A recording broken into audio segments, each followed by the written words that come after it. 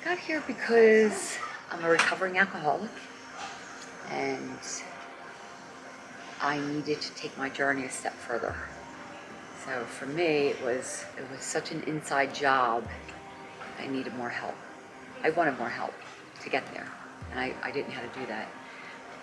And when I first started doing my research to help me, this came up.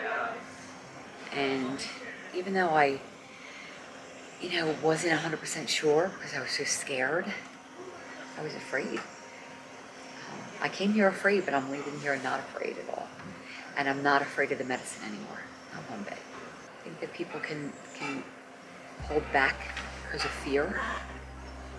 And I think that's held me back in my life before. I don't fear things anymore. Pushing myself to the edge to say that I'm able to do it. Realizing that I'm a stronger woman than I ever realized I really was. I'm a survivor, especially when you go into recovery. After all the years that I was surviving, I never gave myself credit. So now I'm able to give myself credit for all the years it took me to get me here, and then my journey to have my eyes wide open. So now I'm going into life to live life, not just exist or not just to survive. I've done the surviving, I made it here, now I'm here to live. And I've learned from bare heart to live in the light. I'm not afraid to die, and I'm also not afraid to live. That's where my journey is going from my leave here. I just I have to be true to myself now. I have to always make sure I put myself first, because if I don't take care of myself, I'm unable to take care of anybody else in my life. And that would be right now my family, my husband, my children, especially my grandchildren. So my journey here with what I learned is I can't wait to get home and hug them and give them all the love in the world that I can give them. Because there's a lot in me. There's a lot in me, and it's going to come out. I did interview at a couple different places, and I just didn't feel it. And I have a pretty good intuition, and I live life through feelings, and I just never felt it. And it was more like when I would get done the interview, it was like, okay, here's a sign on the dotted line. And I just had to take a step back. It was different because I first interviewed with Behold and then still continued my journey other places. And then would come back to Behold and interview again with Daniel, who has my heart. As you well know, I've let you know, and I've let him know that too. Because of the journey with him and the process for you to allow me to be here made a world of difference. I felt like it wasn't everybody that knocked on the door, you opened it and said, come on in. It was knock on the door, who are you? What are you here for? So that way I knew when I came here, we're on the same page. You know what? The three, you, your wife Alexa, and Bearheart, were like the cherry on top. I mean, I couldn't have had or asked for anybody better. The support that you guys have, and I can feel the love and caring that you feel for the people that are here with sharing this. I mean, we're going through it, but you get to experience it with us.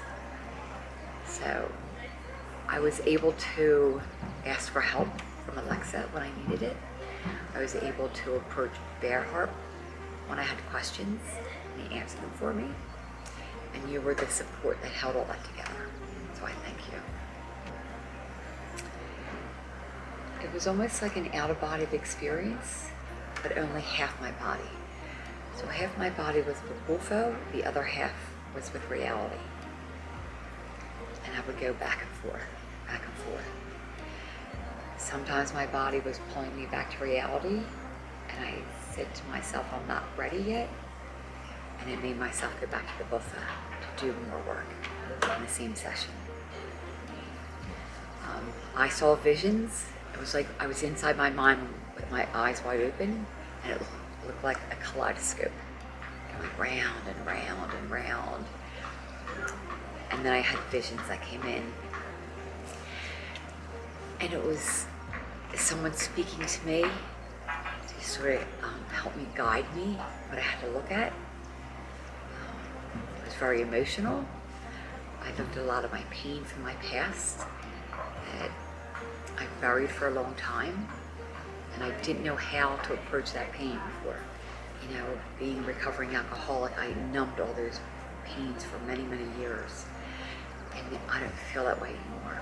I released the pains, I released the demons. They no longer live inside me. I have a lot of work to do when I leave here, Luke. But now I have the tools to do it and support, which is huge. Definitely came here with something different in mind, and I'm leaving here with what I needed instead of what I thought I needed when I came here. So I would just say that if you think you're coming here to solve one thing, you're probably going to solve something else. And it wasn't my choice. I think it was God's choice to let me deal with what was probably the most deep-rooted thing that I've had to deal with, instead of all the surface stuff I thought that I needed to do. It wasn't. You know, it's when I first decided to come to this journey to Mexico by myself, I was nervous. I mean, I'm not used to traveling. I've traveled by myself before, but always someplace where I knew who was going to be on the other end. And to come here and not know anybody, to get picked up by somebody in Mexico, you know, in Mexico airport, and travel here and leave here with like, you are closer to me than some of my own family members. So when you say we have become family, yes, we have become family.